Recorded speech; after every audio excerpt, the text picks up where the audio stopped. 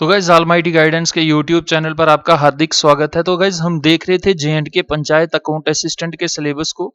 तो गाइज इस वीडियो में हम देखेंगे जो हमारा फर्स्ट वाला कंपोनेंट है general knowledge with special reference to J and K, जिसकी वेटेज जो है ये 30 मार्क्स की है। तो इसमें अगर आप देखेंगे अलग अलग प्रकार के टॉपिक्स सब टॉपिक्स हैं। तो जो हमारा लास्ट वाला टॉपिक है वो है हमारा current affairs of local national and international importance.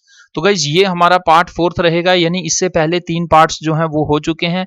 तीनों पार्ट्स में मैंने जम्मू और कश्मीर के रिलेटेड जो भी एमसीक्यूज आपके बन सकते हैं या जो भी करंट अफेयर्स रिसेंट टाइम में रहे हैं या उनसे किसी भी प्रकार का बैकग्राउंड के साथ क्वेश्चन पूछे जाने की संभावना है, तो वो मैंने कवर किया है। तो गाइज इस वीडियो में हम देखेंगे जम्मू और कश्मीर के एग्जाम के लिए भी ये नेशनल और इंटरनेशनल लेवल के कुछ करंट इश्यूज या करंट न्यूज काफी ज्यादा इंपॉर्टेंट हो जाते हैं। तो किस प्रकार से क्वेश्चन जो हैं आ सकते हैं वो मैं आपको एमसीक्यूज के माध्यम से बताऊंगा। तो याद रखिए, आपको यहाँ पर हर एक मेरी वीडियो के लगभग आपको एमसीक्यूज में आपको एक्सप्लेनेशन मिलती है। तो गाइस आप एमसीक्यू ठीक कर रहे हैं गलत कर रहे हैं, उससे भी ज्यादा ये मैटर यहाँ पर करेगा कि उस एमसीक्यू के साथ जो एक्सप्लेनेशन आपको मिली हुई है उस एक्सप्लेनेशन को आप कितने अच्छे ढंग से रीड कर रहे हैं। क्योंकि आपको यहाँ देखने को मिल रहा होगा, जो जितने भी आप ऑलमाइटी गाइडेंस के यूट्यूब चैनल पर आप वीडियोस देख रहे हैं एमसीक्यूज की, कि एक एक एमसीक्यू के साथ आपका एक क्वेश्चन नहीं बल्कि जो एक्सप्लेनेशन में मैं एक्सप्लेनेशन देता हूं, आपको एक्स्ट्रा इन्फॉर्मेशन देता हूं, वहां से आपके 4-5 और कई बार तो इतनी भी एक्सप्लेनेशन होती है कि आपके 10 से ज्यादा कंसेप्ट्स जो हैं वहां पे देखने को मिलते हैं। यानी एक ही एक्सप्लेनेशन के लगभग आपको 8-10 यानी 5 से लेके 10 क्वेश्चन जो है एमसीक्यूज के वो एक्सप्लेनेशन से फ्रेम किए जाते हैं। तो आपको क्या करना है, आपको जैसे ही मैं क्वेश्चन दिखाऊंगा आपको एक अपने साथ रफ पेपर लेना है, वहां पर देखना है एमसीक्यू ठीक हुआ है गलत हुआ है। जब मैं आंसर के साथ एक्सप्लेनेशन बताऊंगा और उसमें से भी जो आपको इंपॉर्टेंट चीजें लगेंगी जिनको मैं हाईलाइट करता हूं या जिनको मैं बोलता हूं कि ये काफी ज्यादा इंपॉर्टेंट है, यहां से क्वेश्चन आ सकता है गाइस, उनको भी आपने जो है साथ साथ तैयार करना है। तो गाइज ये है हमारा पार्ट 4, यानी इससे पहले जो है हमारे पार्ट 1, 2, 3 हो चुके हैं। मैं आपको सुजेस्ट करूंगा कि आप वो भी देख लें। तो गाइज इसके साथ साथ ये भी सुजेशन दूं आपको मैं कि हमारा एक टेलीग्राम का ग्रुप है जहां पर जो है अलग अलग प्रकार के एमसीक्यूज या क्विज डिस्कशन चलता रहता है। तो आपको सिंपली क्या करना है, प्ले स्टोर से अपने मोबाइल फोन या लैपटॉप में जो भी है टेलीग्राम इंस्टॉल करना और उसके बाद आप इस व्हाट्सएप नंबर पर मुझे मैसेज कर सकते हैं ताकि मैं आपको इसका लिंक दूं और आप सीधा डायरेक्ट इसमें एंटर हो जाएं और यहां पर आप लगभग 400-500 जो एमसीक्यूज हैं वो पर डे के यहां पर आपको सॉल्व करने को देखने को मिलेंगे। तो गाइस शुरू करते हैं आज की ये वीडियो। तो गाइस सबसे पहला क्वेश्चन जो मैंने लिया है काफी ज्यादा इंपॉर्टेंट है, क्योंकि ये रिसेंटली आप में से काफी सारे जो एस्पिरेंट्स हैं वो इस एप्लीकेशन को जो है यूज कर रहे थे, टिकटॉक वगैरह को या और भी काफी सारी एप्लीकेशंस हैं। तो यहां पर क्वेश्चन क्या कह रहा है, recently the union government band 59 Chinese apps. हालांकि इसके बाद कुछ और भी एप्स जो हैं वो बैन की गई, लेकिन यहां पर ये कह रहा है 59 चाइनीज एप्स को बैन किया गया है और ये गवर्नमेंट ऑफ इंडिया के पास पावर कौन से एक्ट के अंडर आती है, ये क्वेश्चन में पूछा जा रहा है। आपके पास 4 ऑप्शंस हैं। क्या नेशनल सिक्योरिटी एक्ट ऑफ 1980 के तहत इन्होंने जो है 59 चाइनीज एप्स को ब्लॉक किया है या बैन किया है, या internet regulation act 1997, information technology act 2000, none of the above. तो गाइज आई होप कि आपने भी ये क्वेश्चन अपना अटेम्प्ट कर लिया होगा और इसका अब आंसर देखते हैं। गाइज इसका आंसर है ये हमारा 2000 का जो एक्ट आया था इंफॉर्मेशन टेक्नोलॉजी एक्ट, उसी ने ये पावर दी है यूनियन गवर्नमेंट को कि वो जब भी चाहें अपने नेशन की, भारत की इंटीग्रिटी, सॉवरेनिटी और सिक्योरिटी को देखते हुए अगर उसे लगे कि किसी भी प्रकार का थ्रेट है तो वो इमीडिएटली इस प्रकार के बैन करने के एक्शंस जो हैं ये ले सकते हैं। एक्सप्लेनेशन काफी ज्यादा इंपॉर्टेंट हो जाती है इस मसले में। The government has emergency powers under section 69A of the information technology act. तो गाइज ये एक्ट तो आपको याद रखना ही रखना है। अगर एग्जामिनर डीप में जाता है तो वो ये सेक्शन भी पूछ सकता है। तो ये section 69A of the information technology act 2000 का है, जो ये पावर देती है गवर्नमेंट ऑफ इंडिया को to block any content where it is satisfied that it is against the country's sovereignty, integrity and defence. की अगर देश की एकता को, अखंडता को या रक्षा को किसी भी प्रकार का थ्रेट है, किसी भी प्रकार का एक्सटर्नल थ्रेट या इंटरनल थ्रेट है किसी प्रकार के इंटरनेट कंटेंट के द्वारा, तो उसे इमीडिएटली भारत सरकार जो है वो बैन कर सकती है। And in such cases the law doesn't require it serving any prior notice to the concerned content providers before ordering a ban. और अगर ऐसी सिचुएशन भारतीय सरकार को लगती है तो कोई जरूरत नहीं है कि एडवांस में उनको कोई नोटिस देने का उस कंटेंट प्रोवाइडर को कि आपकी ये एप्लीकेशन जो है बैन की जाएगी। तो इसी तरीके से section 69A of the information technology act 2000 से पावर लेके भारत सरकार ने 59 चाइनीज ऐप्स को जो है रिसेंटली बैन किया है। तो गाइस देखते हैं नेक्स्ट क्वेश्चन। क्वेश्चन कह रहा वॉमिनेट। तो गाइस काफी ज्यादा अगर आप द हिंदू न्यूज़पेपर पढ़ रहे होंगे तो ये आपको न्यूज कई बार देखने को मिलती है और इसके ऊपर काफी सारे आर्टिकल्स भी एडिटोरियल में देखने को मिलेंगे। तो ये वॉमिवेट क्या है, recently seen in the news, is a pesticide है क्या ये, या मेडिसिन है मलेरिया के लिए, या क्यूबसाइड है, या फिर आपका इंडिजिनस हर्बल मेडिकेशन है। तो गाइस क्या है ये, आई होप कि आपने भी अटेम्प्ट कर लिया होगा। देखते हैं इसका आंसर। तो गाइस ये क्या है, एक प्रकार की हर्बल मेडिकेशन है और ये भारत के अंदर ही यानी भारत की पावन भूमि के ऊपर ही इसको डेवलप किया गया है। अब ये है क्या मैं आपको बता दूं, तो यहां पर आपको देखना है, अगर इस टर्म को आप ध्यान से देखेंगे तो वार्म का मतलब आपको कहीं ना कहीं कीड़े, और वेट लगा हुआ यानी ये वेटनरी से कहीं ना कहीं कंसर्न्ड होगी। तो यहीं से इसका आंसर भी आपको देखने को मिल सकता है। तो क्या कह रहा है, it was recently brought out by national innovation foundation India. तो इसका जो भी आविष्कार है या इसको तैयार किसने किया है, नेशनल इनोवेशन फाउंडेशन इंडिया ने, in the form of commercial product for live stock. तो लाइव स्टॉक गाइज वो होते हैं जानवर, लाइव स्टॉक ऑनर्स वो होते हैं जिन्होंने कैटल्स वगैरह रखे होते हैं, तो उनके पास ये एक प्रकार का कमर्शियल प्रोडक्ट पहुंचा, ये दवाई पहुंची, देसी दवाई पहुंची, हम इसे अगर कहें तो ये गलत नहीं होगा, as an alternative to chemical method of treatment of worms. तो आपने अगर देखा होगा कि जितने भी जो लोग हैं अगर उन्होंने कैटल्स वगैरह लाइव स्टॉक रखा हुआ, चाहे वो गाय है या भैंस है या और भी कुछ है, तो उनमें टाइम टू टाइम जो है आपको कीड़े पड़ते हुए या वर्म्स देखने को मिलेंगे। ये पेट के अंदर भी हो सकते हैं या पेट के बाहर भी, अगर कोई इंजरी वगैरह या जख्म बनता है तो वहां पर भी। तो ये जो आपका वर्मीवेट है ये आपके जो इंटरनल सिस्टम में यानी बॉडी के अंदर जितने भी प्रकार का अगर कोई कीड़ा या इस प्रकार का इन्फेक्टेंट जो है तैयार होता है, तो उसके ट्रीटमेंट के लिए ये हमारा इंडिजिनस तरीका है। और इस प्रोडक्ट का क्या नाम दिया गया है, ये वर्मीवेट दिया गया है। और ये किसके लिए है, ट्रीटमेंट ऑफ वर्म्स। तो गाइस इससे पहले हम क्या किया करते थे कि काफी सारे केमिकल मेथड्स जो हैं यानी अंग्रेजी दवाइयां यूज किया करते थे, लेकिन ये इंडिजिनस जो है हर्बल मेडिकेशन है। और आपको ये याद रखना है ये किसके लिए है, ये काफी ज्यादा बेनिफिट पहुंचाएगा जो लाइव स्टॉक ऑनर्स होंगे। तो गाइस देखते हैं नेक्स्ट क्वेश्चन। क्वेश्चन गाइस काफी ज्यादा इंपॉर्टेंट है क्योंकि क्वेश्चन रिलेटेड है controller and auditor general of India के साथ। और रिसेंटली जो जेके यूटी है इसके जो एलजी थे, farmer LG GC Murmu ji, तो जीसी मुर्मू जी को उनकी जगह पर जो है मनोज सिन्हा जी को जेके यूटी का एलजी बनाया गया और जीसी मुर्मू को पोस्ट दी गई controller and auditor general of India. तो इनके कारण ये जो है ये क्वेश्चन और भी ज्यादा इंपॉर्टेंट हो जाता है। तो आपके पास ये 3 स्टेटमेंट्स हैं कैग के रिलेटेड, तो आपको ये भी कमेंट बॉक्स में बताना है या आपको साइड पे अभी लिखना है जहां पर ये आंसर लिख रहे हैं कि कैग के साथ भारतीय कॉन्स्टिट्यूशन में कौन सा आर्टिकल जो है वो डील करता है। तो ये मैं आपको आंसर के साथ बताऊंगा अभी। तो कह रहा है consider the following statements regarding the financial accountability of the legislature to the executive, कि किस प्रकार से फिनेंशियल जितने भी सर्विसेज होते हैं या जो भी फिनेंशियल एक्शंस होते हैं उनमें जो एग्जीक्यूटिव्स होते हैं वो लेजिस्लेचर्स को या लेजिस्लेटिव्स को किस प्रकार से अकाउंटेबल ठहराते हैं खुद को। तो इसके रिलेटेड आपके पास 3 स्टेटमेंट्स हैं, तीनों स्टेटमेंट्स को देख के आपको क्या बताना है गाइस, आपको करेक्ट बताना है। तो ये आपको देखना है सबसे पहले कीवर्ड की करेक्ट पूछा जा रहा है या इनकरेक्ट पूछा जा रहा है। तो सबसे पहली जो स्टेटमेंट कह रहा है the CAG submits audit reports to the president, की जो कैग है वो जो भी ऑडिट रिपोर्ट्स को तैयार करता है वो प्रेसिडेंट को सबमिट करता है। उसके बाद कह रहा है बी स्टेटमेंट में public accounts committee examines CAG reports, कि जो भी कैग रिपोर्ट देता है वो प्रेसिडेंट को देता है और प्रेसिडेंट की जो उस रिपोर्ट को बाद में क्या पब्लिक अकाउंट्स कमेटी जो है वो एग्जामाइन करती है। क्या ये स्टेटमेंट करेक्ट है। सी कह रहा public accounts committee submits the audit report of CAG to the president after due examination, कि ये जो पब्लिक अकाउंट्स कमेटी होती है उस कैग की रिपोर्ट का थारो एग्जामिनेशन करने के बाद ये फिर से क्या प्रेसिडेंट को सबमिट करती है रिपोर्ट। तो गाइस ये आपके पास तीन ऑप्शंस हैं, तीनों में से कौन कौन सा तीन स्टेटमेंट्स हैं और तीन स्टेटमेंट्स को देख के आपने ये चार ऑप्शंस देखने हैं। चारों ऑप्शंस में से आपका कोई एक करेक्ट होगा। ऑप्शन ए कह रहा है 2 ओनली, बी कह रहा 1 एंड 3, सी कह रहा 1 एंड 2, डी कह रहा 2 एंड 3। तो गाइस क्या होगा इसका आंसर, देखते हैं इसका आंसर।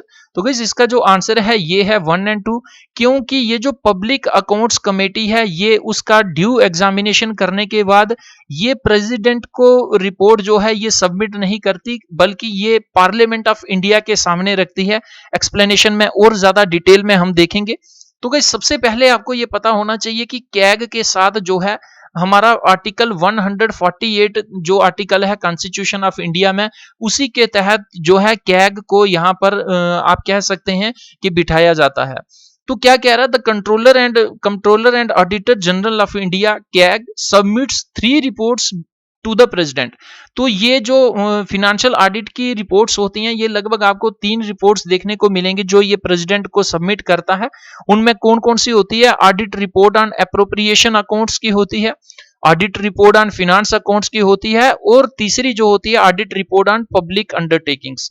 तो गाइस जरूरी नहीं है कि आपको ये एग्जाम में क्वेश्चन आएगा या नहीं आएगा, लेकिन जीसी मुर्मू के साथ या जेके यूटी के साथ ये क्वेश्चन आपका डील कर रहा है, तो इस प्रकार के एक्सप्लेनेशन से आपका कहीं भी एग्जामिनर जो है वो क्वेश्चन बना सकता है, वो पूछ सकता है।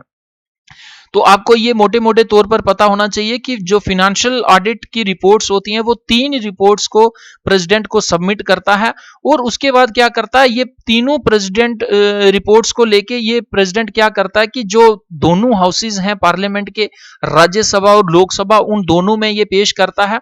उसके बाद क्या करता है कि जो इस रिपोर्ट को, इस ऑडिट रिपोर्ट को पब्लिक अकाउंट्स कमेटी जो है उसके पास भेजा जाता है, वो उसको थॉरोली एग्जामाइन करती है और उसकी जो भी फाइंडिंग्स निकलती हैं वो पार्लियामेंट ऑफ इंडिया को बताती है, ना कि प्रेसिडेंट ऑफ इंडिया को। तो एप्रोप्रिएशन अकाउंट में आपको क्या देखने को मिलेगा, ये देखने को मिलेगा कि जो एक्चुअल एक्सपेंडिचर हुआ है वो कितना है, और जो सैंक्शन किया गया था पैसा वो कितना है by the parliament through the appropriation act. कि आपको ये भी पता होना चाहिए कि जो आर्टिकल 112 है जिसमें एनुअल फाइनेंशियल स्टेटमेंट का जिक्र किया जाता है, तो उसके तहत जो है जितना भी पैसा सैंक्शन किया जाता है वो एप्रोप्रिएशन एक्ट के द्वारा जो है सैंक्शन किया जाता है। वो ये पब्लिक अकाउंट्स कमेटी देखती है कि कितना पैसा जो है वो सैंक्शन किया गया था और कितना खर्चा हुआ है, कहीं खर्चा ज्यादा तो नहीं हुआ या खर्चा कम तो नहीं हुआ या किसी प्रकार की कोई गड़बड़ी तो नहीं है। तो ये आपकी कौन देखती है गाइस, ये देखती है पब्लिक अकाउंट्स कमेटी। और इसके साथ साथ आपका जो फिनांस अकाउंट्स होता है उसमें क्या देखने को मिलता है कि पूरे साल में जो है भारत सरकार को रेवेन्यू कितना आया है और इसने आगे एक्सपेंडिचर कितना किया है, ये सारी चीजें आपकी किसमें देखने को मिलेंगी, फिनांस अकाउंट्स में। तो आपको यहां पर यह भी पता होना चाहिए कि जो हमारा कैग है अभी, तो ये कैग कौन है, ये हमारे हैं जीसी मुर्मू जी। तो गाइस यहां से भी डायरेक्ट क्वेश्चन जो है आपको देखने को मिल सकता है। देखते हैं नेक्स्ट क्वेश्चन। गाइस क्वेश्चन काफी ज्यादा इंपॉर्टेंट है, क्योंकि जिस प्रकार से आपका कोरोना वायरस या कोविड-19 ये जो फैला हुआ है उसके कारण ये हर्ड इम्यूनिटी जो है ये काफी ज्यादा टर्म आपको न्यूज में देखने को मिलेगी। तो हर्ड इम्यूनिटी का क्या मतलब है, यही क्वेश्चन में पूछा जा रहा है। Which of the following best describes the term herd immunity. तो हर्ड का क्या मतलब होता है, हर्ड का मतलब होता है आप इसे कह सकते हैं एक प्रकार का ग्रुप होता है या ग्रुप इम्यूनिटी, या फिर आप इसे कह सकते हैं क्लस्टर इम्यूनिटी। तो इसका क्या मतलब है ये आपको देखना है। इन चारों ऑप्शंस में से एक ऑप्शन करेक्ट होगा। तो क्या है, when a large percentage of a population has lost immunity to an infection, कि जब कोई एक इन्फेक्शन फैलता है और काफी ज्यादा लोग जो हैं उसका शिकार हो जाते हैं, क्योंकि उनका इम्यून सिस्टम या उनकी इम्यूनिटी इतनी अच्छी नहीं होती कि वो उस इन्फेक्शन को जो है वो फेस कर पाए। क्या इसका मतलब हर्ड इम्यूनिटी होता है।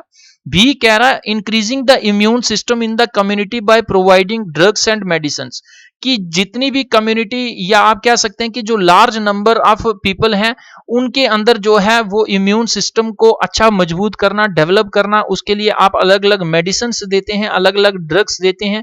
क्या इसे कहा जाता है हर्ड इम्यूनिटी। सी कह रहा high percentage of people in a given community is immune to a disease. क्या हर्ड इम्यूनिटी उसे कहा जाता है कि एक आपके पास लार्ज कम्युनिटी है और उसमें जितने भी लोग रहते हैं वो किसी एक पर्टिकुलर इन्फेक्शन या डिजीज के प्रति उनके जो शरीर में काफी ज्यादा एंटीबॉडीज डेवलप हैं कि वो डिजीज या इन्फेक्शन उन पर किसी प्रकार का एक्शन करता तो है लेकिन अच्छी लेवल का एक्शन नहीं होता, यानी उनका जो इम्यून सिस्टम है वो काफी ज्यादा स्ट्रांग है कि वो उस डिजीज या इन्फेक्शन को काफी अच्छे ढंग से जो है फेस कर पाता है। क्या इसे हर्ड इम्यूनिटी कहते हैं या नन ऑफ द अबव? तो गाइस देखते हैं इसका आंसर। तो गाइस इसका आंसर है आपके पास सी वाला कि एक कम्युनिटी में उन लोगों के अंदर इतना अच्छा उनका इम्यून सिस्टम है आपका कि वो उस डिसीज को जो है वो इजीली इस पर अपने बॉडी के ऊपर हैवी नहीं होने देते। और इस प्रकार की जब इम्यूनिटी होती है गाइस उसे हम क्या कहेंगे? उसे हर्ड इम्यूनिटी कहेंगे। काफी ज्यादा इंपॉर्टेंट ये टर्म है, आपको काफी सारे एग्जाम्स में इससे रिलेटेड क्वेश्चन देखने को मिलेंगे। तो गाइस क्या कह रहा है एक्सप्लेनेशन देखते हैं, काफी ज्यादा इंपॉर्टेंट रहती है। Since the coronavirus pandemic began, the term herd immunity has been flung around as one solution to the devastating virus ravaging countries all over the globe. तो गाइस क्या कह रहा है कि जिस प्रकार से ये कोरोना वायरस पेंडेमिक फैला हुआ है, जिस प्रकार से इसने जो है वो तबाही मचा के रखी हुई है, हैवक या आप कह सकते हैं डिजास्टर इसने मचा के रखा हुआ है, तो यहाँ पर एक ही सोल्यूशन है कि जो भी कम्युनिटी है, जो भी लोग जहां पर रहते हैं, उनके इम्यून सिस्टम को मजबूत करना, चाहे वो फिजिकल एक्सरसाइज करके करें या कैसे भी करें, चाहे उनको ड्रग्स दी जाएं या कैसे भी दी जाएं, लेकिन उनमें क्या करना है? एक प्रकार की हर्ड इम्यूनिटी को डेवलप करना है ताकि किसी भी प्रकार का डिसीज या इन्फेक्शन जो है वो इजिली इन पर अटैक ना कर पाए। The term explains the situation in which a high percentage of people in a given community, ये देखिए कम्युनिटी का मतलब आप सिटी कह सकते हैं, स्टेट कह सकते हैं या आप एंटायर कंट्री कह सकते हैं, is immune to a disease. तो ये हर्ड इम्यूनिटी आप उसे कहेंगे जब उस कंट्री या उस कम्युनिटी की काफी ज्यादा मात्रा में, काफी ज्यादा परसेंटेज में लोग जो हैं वो उस डिजीज के प्रति उनमें इतनी एंटीबॉडीज हों कि उन पर वो डिजीज जो है इजिली अटैक ना कर पाए, आइदर थ्रू वैक्सीनेशन, और इम्यूनिटी चाहे उनकी वैक्सीन के द्वारा बढ़ाई गई हो या फिर or before or because those people have been exposed to the virus and their immune systems have built antibodies to protect them from it। तो गाइस काफी ज्यादा इंपॉर्टेंट है ये लाइन, कह रहा है या तो उनकी जो इम्यूनिटी है उसको वैक्सीनेशन के द्वारा बढ़ाया गया हो या फिर उनके इम्यून सिस्टम ने खुद ही एंटीबॉडीज अपने अंदर डेवलप ये कर ली हैं कि वो अपने आप को बचा सकते हैं, वो उस इंसान के शरीर को बचा सकते हैं उस पर्टिकुलर इन्फेक्शन से। इसे क्या कहते हैं? हर्ड इम्यूनिटी कह सकते हैं। तो गाइस आपको ये एक्सप्लेनेशन थोड़ी लंबी लग सकती है, लेकिन मैं आपको यहाँ एश्योरेंस देता हूं कि आपके काफी सारे कंसेप्ट्स यहाँ से क्लियर भी होते हैं और एट द एंड एग्जाम में आपको पर्टिकुलर क्वेश्चन, पर्टिकुलर आंसर नहीं देखने को मिलेगा। आपको जो भी क्वेश्चन आंसर देखने को मिलेंगे वो आपकी डीप नॉलेज को चेक किया जाएगा, आपने एक्सप्लेनेशन कितनी पढ़ी है, आपकी ग्रेविटी ऑफ नॉलेज कितनी है, ये आपको एग्जाम में काम देगी। तो गाइस देखते हैं नेक्स्ट क्वेश्चन। गाइस क्वेश्चन काफी ज्यादा इंपॉर्टेंट है क्योंकि जिस प्रकार से इसरो या डीआरडीओ की रिसर्च चल रही है ये काफी ज्यादा न्यूज में रहती है और इनसे रिलेटेड हर एक क्वेश्चन जो है आपका वो एवरग्रीन क्वेश्चन रहता है। तो ये कह रहा है ब्लू स्काई रिसर्च, तो सीधा ये आपसे टर्म भी पूछी जा सकती है कि ये किसके साथ एसोसिएट करती है, मैं आपको एक्सप्लेनेशन में सब बताऊंगा। तो क्या कह रहा है? Blue sky research sometimes seen in news is related to. तो ये जो आपको टर्म क्वेश्चन में देखने को दो तीन वर्ड्स मिल रहे हैं, sometimes seen in news is related to, तो अगर आप एक अच्छे लेवल का एग्जाम देने जा रहे हैं जिस प्रकार से यूपीएससी या एसएससी का सीजीएल हो गया या और भी ऐसे ऑल इंडिया लेवल के जो आप एग्जाम्स देखते हैं, तो उनमें ये जो टर्म्स हैं, कुछ दो तीन वर्ड्स हैं, समटाइम्स सीन इन न्यूज, ये काफी ज्यादा टफ रहते हैं क्योंकि न्यूज में बहुत सारी चीजें चल रही होती हैं। आपके पास पढ़ने के लिए तो ज्यादा भी स्टडी करेंगे तो 24 घंटे में आप 24 घंटे ही पढ़ सकते हैं, इससे ज्यादा नहीं पढ़ सकते, लेकिन ये भी आपके लिए लगातार कर पाना इम्पॉसिबल ही रहता है। तो 24 घंटे में इतने सारे करंट न्यूज बन जाते हैं कि आप 24 घंटे में उनको अकेले कवर नहीं कर पाते। तो इसके लिए आपको क्या करना होता है, जो ज्यादा इंपॉर्टेंट है और मैक्सिमम जो चांसेस हैं उनसे क्वेश्चन पूछे जाने के, वही आपको कवर करने हैं। तो यहां पर ये पूछ रहा है कि ब्लू स्काई रिसर्च जो है, ये आप इसे कई बार न्यूज में देखते हो, ये किसके साथ एसोसिएट करती है या फिर इसका क्या तात्पर्य है। ऑप्शन ए कह रहा है research on solar geo engineering for reducing heat trapping cloths, तो ये भी हो सकता है क्या। या फिर deep oceaning study and polymetallic nodules, scientific research without a clear goal, or none of the above. तो गाइस देखते हैं इसका आंसर, जो हमारा आंसर इसका रहेगा।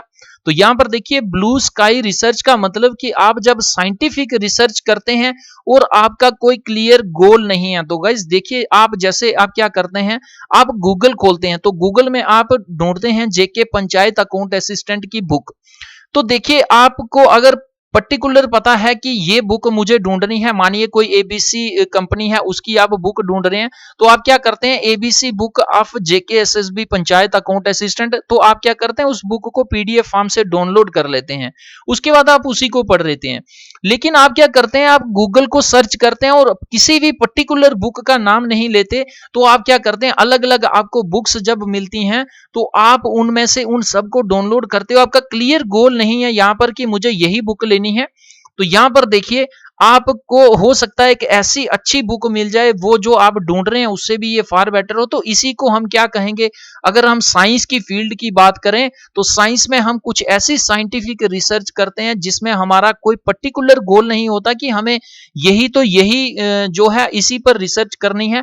अब रिसर्च करते हैं, और रिसर्च जब करते हैं दिल मन लगा के, तो उसका अलग प्रकार का एक ऐसा रिजल्ट आ जाता है जिसकी एक्सपेक्टेशन भी आपको नहीं होती, और एक प्रकार का ब्रेक थ्रू मिलता है। तो उसे हम क्या कहते हैं, ब्लू स्काई रिसर्च, यानी ऐसी रिसर्च जिसमें आपके दिमाग में कोई प्री माइंड या प्री डिटरमाइंड ऑब्जेक्टिव या गोल नहीं है। तो क्या कह रही है explanation, blue sky research also called blue sky science. तो आपको यह भी याद रखना है, ब्लू स्काई साइंस या ब्लू स्काई रिसर्च का एक ही तात्पर्य, इसका क्या मतलब है, is scientific research in domains where real world applications are not immediately apparent, कि आप जो देख रहे हैं रियल वर्ल्ड में वो ही आपको देखने को हो सकता ना मिले, लेकिन जब आप उसके ऊपर रिसर्च करेंगे आपको कुछ नई चीज मिलेगी। उसके ऊपर जब आने वाले समय में टाइम होगा तो उसको भी आप रियल वर्ल्ड के साथ जो है कनेक्ट कर लेंगे। It has been defined as research without a clear goal and curiosity driven science. तो क्यूरियोसिटी क्या होती है, आपकी उत्तेजना। तो आपकी उत्तेजना ही लेके चली जाती है उस नई रिसर्च की ओर, उस नए ब्रेक थ्रू की ओर। Proponents of this mode of science, तो गाइस काफी इंपॉर्टेंट ये लाइन है, आपको ये चीज याद रखनी है। तो proponents of this mode of science argue that unanticipated scientific breakthroughs are sometimes more valuable than the outcomes of agenda driven research, कि आप अगर दिमाग में लेके चलते हैं कि मुझे इसके ऊपर काम करना है, तो हो सकता है उस पर सक्सेस आपको मिल भी जाए, लेकिन वो भी आपके लिए इतना वैल्यूएबल नहीं होगा जबकि आप ओपनली काम कर रहे थे और जो आपको रिजल्ट निकला है वो आपके काम से फार बेटर निकला है। Heralding advances in genetics and stem cell biology as examples of unforeseen benefits of research that has originally seen as purely theoretical in scope. तो गाइस, जैसे जिस प्रकार से आप जेनेटिक इंजीनियरिंग देख रहे हैं या स्टेम सेल बायोलॉजी में देख रहे हैं, काफी सारी आपको जो है नई नई इन्वेंशंस या डिस्कवरीज देखने को मिल रही हैं। तो ये सारा जो काम है ये ओपन स्काई ये ब्लू स्काई रिसर्च या ब्लू स्काई साइंस के अंडर ही आपको देखने को मिलेगा। तो यहाँ पर आपको क्या है कि आप घर से निकले हैं, आप घर से अच्छी डायरेक्शन में ही निकले हैं, आपका गोल तो नहीं है, लेकिन आप जब लौटेंगे आप एक अच्छी अचीवमेंट करके लौटेंगे। आप रिसर्च के माध्यम से, आपने सोचा तो नहीं था लेकिन सोचने से भी आपको बेटर मिल गया, तो उसे हम क्या कहेंगे, ब्लू स्काई रिसर्च कहेंगे। देखते हैं नेक्स्ट क्वेश्चन। तो गाइस क्वेश्चन काफी इंपॉर्टेंट है, अभी रिसेंटली इनको अपॉइंट किया गया है। तो chairman of National School of Drama, तो एनएसटी, जिसका आपको ये इंस्टीट्यूट जो है ये दिल्ली में देखने को मिलेगा। तो इसका अभी रिसेंटली चेयरमैन कौन अपॉइंट किया गया है, अक्षय कुमार को किया गया है, अजय देवगन को किया गया है, सुनील शेट्टी को किया गया है, या परेश रावल को किया गया है। तो गाइस देखते हैं इसका आंसर। तो गाइज ये आंसर है हमारा परेश रावल जी। तो अगर आपने दिल वाले मूवी देखी होगी तो उसमें मामा ठाकुर का जो रोल है वो परेश रावल जी करते हैं। बहुत अच्छा वो रोल था, बहुत अच्छी मूवी है। अगर आपने नहीं देखी हुई है तो गाइज आप भी उसे जरूर देखें। तो ये परेश रावल को अपॉइंट किया गया है एनएसडी का चेयरमैन यानी नेशनल स्कूल ऑफ ड्रामा। तो Paresh Rawal has been appointed the chairperson of the National School of Drama, the country's premier institute for theatre students. तो थिएटर में या एक्टर में या एक्ट्रेस बनने के लिए किस प्रकार की क्वालिटीज चाहिए, एक प्रकार से कह सकते हैं कि आपका ये गवर्नमेंट का, ये पब्लिक आपको ऐसा कोचिंग इंस्टीट्यूट मिलेगा या ऐसा स्कूल ऑफ ड्रामा मिलेगा जिसको जहां पर इसमें आप अगर एजुकेशन लेते हैं, अगर आप ये सारी क्वालिटीज जो यहाँ पर बताई जाती हैं उनको सीखते हैं तो आगे आप अगर फिल्म इंडस्ट्री में काम करना चाहते हैं तो गाइज यहाँ पर आपको काफी सारा इससे बेनिफिट मिल जाएगा। तो जिस प्रकार से आप देख रहे हैं कि बीटेक की जा रही है या बीए की जाती है, बीएससी बीकॉम या जो भी किया जाता है, तो इसी प्रकार से यहाँ पर जो है ये ड्रामा की डिग्री भी मिलती है। इसकी इक्वल वेटेज होती है जिस प्रकार की बाकी जो एकेडमिक डिग्रीज हैं। तो renowned artist Paresh Rawal has been appointed as chairperson of National School of Drama. तो आपको इनकी अपॉइंटमेंट के ऊपर जो यूनियन मिनिस्टर ऑफ कल्चर हैं इनका नाम क्या है, प्रहलाद सिंह पटेल। इन्होंने भी एक ट्वीट किया है, काफी इंपॉर्टेंट है ये। I am glad that students and artist will be able to take advantage of his talent, I congratulate him. कि इनके पास जो फिल्म इंडस्ट्री का एक्सपीरियंस है, इनके पास जितना भी एक्सपीरियंस है उनसे ये नेशनल स्कूल ऑफ ड्रामा के जो स्टूडेंट्स हैं उनको काफी अच्छा बेनिफिट मिल सकता है। ये ट्वीट किया है प्रहलाद सिंह पटेल ने। तो आपको सेंट्रल मिनिस्ट्री या यूनियन मिनिस्ट्री भी डायरेक्ट क्वेश्चन एग्जाम में बन सकता है यहां से। तो ये यूनियन मिनिस्टर ऑफ कल्चर हैं, कौन है ये, प्रहलाद सिंह पटेल। तो गाइस देखते हैं नेक्स्ट क्वेश्चन। गाइस क्वेश्चन क्या कह रहा है, what is the name of the new civil services reforms programme approved by the Indian government. कि सिविल सर्विसेज या सिविल सर्वेंट्स जितने भी हैं उनके बिहेवियरल चेंज करने के लिए एक सरकार रिफॉर्म प्रोग्राम लेके आई है। उस रिफॉर्म प्रोग्राम का नाम क्या है, मिशन एडमिनिस्ट्रेशन, मिशन कर्मयोगी, मिशन IGOT, मिशन इंडियन। तो गाइज देखते हैं इसका आंसर है मिशन कर्मयोगी। तो गाइज देखते होंगे आप काफी सारे आप IAS IPS IRS या फिर इस प्रकार के ऑल इंडिया सर्विसेज के जो सिविल सर्वेंट्स होते हैं उनका बिहेवियर एक अप्रोप्रिएट मार्क तक आपको नहीं देखने को मिलेगा। तो उनके बिहेवियर को रिफॉर्म करने के लिए जो है मिशन कर्मयोगी एक प्रकार का रिफॉर्म प्रोग्राम जो है ये गवर्नमेंट ऑफ इंडिया लॉन्च कर रही है। तो ये प्रोग्राम डायरेक्ट पूछा जा सकता है। इसके साथ साथ ये भी आपसे पूछा जा सकता है कि इंडियन कॉन्स्टिट्यूशन में ऑल इंडिया सर्विसेज के साथ कौन सा आर्टिकल डील करता है। तो गाइस ये आर्टिकल 312 है जिसके माध्यम से जो है ये ऑल इंडिया सर्विसेज जिनको हम IAS IRS IPS IFS कहते हैं तो इनकी एस्टेब्लिशमेंट होती है। तो ये मिशन कर्मयोगी है। The union cabinet has recently approved the new comprehensive civil services reforms programme named Mission Karmayogi. The programme aims to create a citizen centric civil service. कि जितने भी सिविल सर्वेंट्स हैं उनका काम जो है वो सिटीजन सेंट्रिक होना चाहिए, यानी उनके एक्शंस, उनके काम, उनका एक्सपीरियंस जो भी है वो भारतीय नागरिक जो हैं उनको फायदा पहुंचाने वाले होने चाहिए। और इसमें भी सबसे इंपॉर्टेंट काम क्या है, विच फोकसेस ऑन बिहेवियरल चेंज। कि उनका बिहेवियर जो है जनता के प्रति वो सॉफ्ट होना चाहिए, वो उनकी प्रॉब्लम्स को सुनने वाला होना चाहिए। A public human resource council under the prime minister will monitor the programme. और इस प्रोग्राम को कौन मॉनिटर करेगा, पब्लिक ह्यूमन रिसोर्सेज काउंसिल, जिसको हेड करेंगे कौन करेंगे, प्राइम मिनिस्टर ऑफ इंडिया। तो ये मॉनिटर करेगा, किसको मॉनिटर करेगा, मिशन कर्मयोगी को। तो गाइस देखते हैं नेक्स्ट क्वेश्चन। क्वेश्चन काफी ज्यादा इंपॉर्टेंट है। मैंने आपको वीडियो के स्टार्ट में ही बताया था कि 59 जो है चाइनीज एप्स को बैन किया गया था। तो वहां पर देखिए एक्ट के लिए पूछा गया था जो हमारा इंफॉर्मेशन एक्ट है 2000 का। लेकिन यहां पर क्या कह रहा है, विच union ministry of India has banned 118 mobile apps including PUBG. तो कौन सी यूनियन मिनिस्ट्री ने इनको जो है वो बैन किया है। तो आपके पास ऑप्शंस 4 हैं, इनमें से एक आंसर होगा मिनिस्ट्री ऑफ डिफेंस ने, ministry of electronics and Information technology ने, मिनिस्ट्री ऑफ एक्सटर्नल अफेयर्स ने, या फिर मिनिस्ट्री ऑफ होम अफेयर्स ने। तो गाइस देखते हैं इसका आंसर। तो गाइस इसका आंसर क्या है, इसका आंसर है हमारा Ministry of electronics and Information Technology. तो क्या कह रही है explanation, the government of India has blocked 118 mobile apps which are considered to be prejudicial to sovereignty and integrity of the nation and the defence security of the country, कि जो भारत की एकता के लिए, अखंडता के लिए और रक्षा के मामले से, रक्षा की नजर से अगर हम देखें तो ये खतरनाक थी, ये एक प्रकार का थ्रेट प्रूव हो रही थी। तो इस प्रकार की 118 मोबाइल ऐप्स को जो अलग अलग देशों की हैं उनको भारत सरकार ने बैन किया है। तो ये बैन किसने किया है? Ministry of electronics and information ने, इंफॉर्मेशन टेक्नोलॉजी ने, by using the powers vested under section 69A। तो मैंने आपको पहले भी बताया, ये इंफॉर्मेशन टेक्नोलॉजी एक्ट जो है ये आपका 2000 का है। इसी से पावर को ड्राइव करके जो है पबजी जैसी, वीचैट जैसी जो मोबाइल एप्लीकेशंस को हैं इनको बैन किया गया है। तो गाइस इसके साथ एक और भी काफी ज्यादा इंपॉर्टेंट क्वेश्चन है, इस प्रकार का क्वेश्चन भी आपको देखने को मिल सकता है। क्वेश्चन कह रहा है what is India's rank in the global innovation index 2020। तो आपसे यह भी पूछा जा सकता है कि ग्लोबल इनोवेशन इंडेक्स जो है इसमें भारत का रैंक क्या है। इसके साथ साथ यह भी पूछा जा सकता है कि इस इंडेक्स को जो है वो रिलीज कौन करता है। तो सबसे पहले आपको इंडेक्स के लिए पूछा गया, तो इंडेक्स क्या है भारत का? 18 है, 35 है, 48 है, 52 है, क्या है? तो इसका आंसर हो जाएगा हमारे पास, इसका गाइस आंसर हो जाएगा 48। तो इसको रिलीज किसने किया है? द ग्लोबल इनोवेशन इंडेक्स 2020 का इसको रिलीज किसने किया है? वाइपो ने, वर्ल्ड इंटेलेक्चुअल प्रॉपर्टी ऑर्गेनाइजेशन ने, किसके साथ मिलके?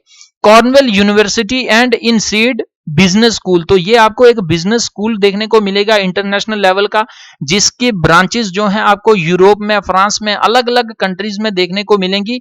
India has been ranked at 48th position among 131 nations. तो 131 नेशंस में भारत का जो रैंक है वो आपको 48th मिलेगा।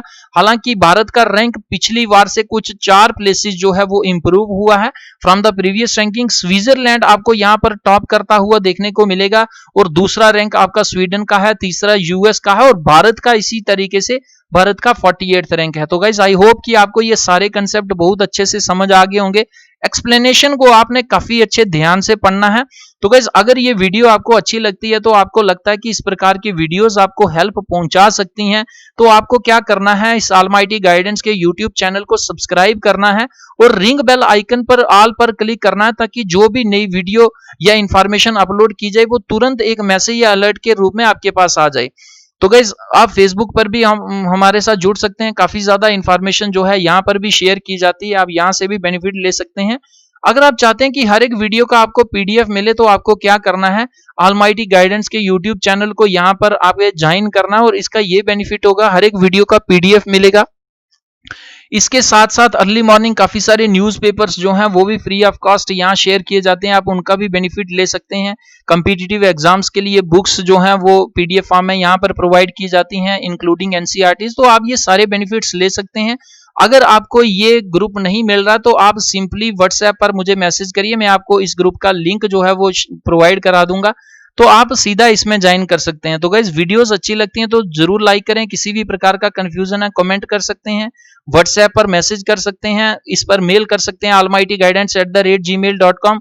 और अगर आप चाहते हैं कि आपके दोस्तों को या गरीब बच्चों को भी इस प्रकार की वीडियोस या पीडीएफ्स जो हैं हेल्प पहुंचा सकते हैं, तो आपको क्या करना है, इस प्रकार के वीडियोस को, इस प्रकार के पीडीएफ्स को उन लोगों तक शेयर करना है और खुद क्या करना है, इस चैनल को सब्सक्राइब करने के बाद ऑल पर क्लिक कर दें, ताकि जो भी नई वीडियो या इंफॉर्मेशन अपलोड की जाए वो तुरंत आपके पास एक मैसेज के रूप में, अलर्ट के रूप में आ जाए।